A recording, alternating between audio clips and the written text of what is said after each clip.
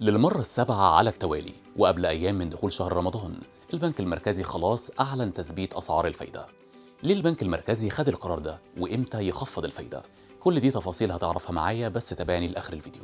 خلاص البنك المركزي حسمها وقرر تثبيت سعر الفايدة للمرة السابعة على التوالي في أول اجتماع ليه في 2025، وزي ما توقع ناس كتير من خبراء الاقتصاد والمحللين.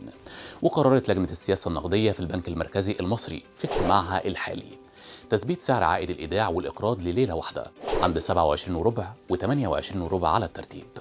والحقيقة إن ده ما كانش قرار مفاجئ، لأن كتير من الناس كان متوقع إن المركزي يثبت الفايدة، وده بسبب انخفاض وتيرة التضخم بالشكل المطلوب. وحسب استطلاع رأي أجرته وكالة بلومبيرج للأنباء، إن 7 من بين 8 محللين اتوقعوا إبقاء البنك المركزي المصري على سعر الفايدة الرئيسية عند مستواه الحالي، واللي هو 27 وربع للمرة السابعة على التوالي، وسط تباطؤ معدل التضخم المرتفع في مصر بأقل من المتوقع. وحسب استطلاع عملته رويترز لبعض الخبراء، كان متوقع أن لجنة السياسة النقدية تثبت سعر الفايدة من غير تغيير، لكن في منهم كان شايف أن المركزي ممكن يخفض الفايدة بمقدار 100 نقطة أساس، ما عدا محلل واحد اتوقع خفضها 200 نقطة.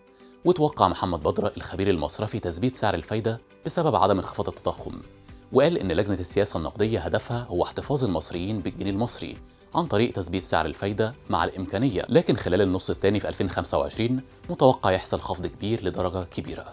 كمان محمد أبو باشا كبير الاقتصاديين في المجموعة المالية هيرمس اتوقع أن يثبت البنك المركزي أسعار الفايدة، وده بسبب اللي أشارت ليه لجنة السياسات النقدية في اجتماعاتها السابقة بعدم تحريك أسعار الفايدة إلا بعد التأكد من حدوث انخفاض كبير ومستدام في مستويات التضخم.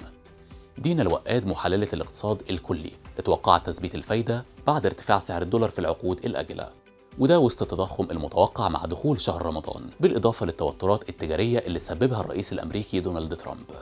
ولكن مش معنى كده إن البنك المركزي هيستمر في التثبيت الاجتماعات اللي جاية، وده لأن كتير من الخبراء والمؤسسات اتوقعوا خفض سعر الفايدة، منهم بنك جولدمان ساكس لما توقع خفض كبير على سعر الفايدة خلال العام الحالي علشان يوصل ل 14.4% على الإيداع على مدار العام مقابل 27.75%. رامونا مبارك رئيسة إدارة المخاطر في فيتش سولوشنز اتوقعت إن مصر تتجه خلال 2025 لخفض أسعار الفايدة بوتيرة مرتفعة بحدود 9%، وخصوصا في بنوك أعلنت خفض العائد على شهادات الادخار، منهم البنك التجاري الدولي وبنك كيو ان بي وكمان البنك المصري الخليجي، واللي خفضوا العائد على شهاداتهم بنسب بتتراوح بين نص و3%. وساعتها الخبير المصرفي ماجد فهمي فسر قرار البنوك وقال إنهم خفضوا الفايدة على الشهادات استعدادا لخفض البنك المركزي سعر الفايدة على الإيداع والإقراض على مدار 2025. كمان محللة الاقتصاد الكلي منى بدير قالت إن قرار البنك المركزي بتحريك سعر الفايدة بيعتمد بشكل أساسي على مسار معدلات التضخم. ودلوقتي قول لنا رأيك في قرار البنك المركزي.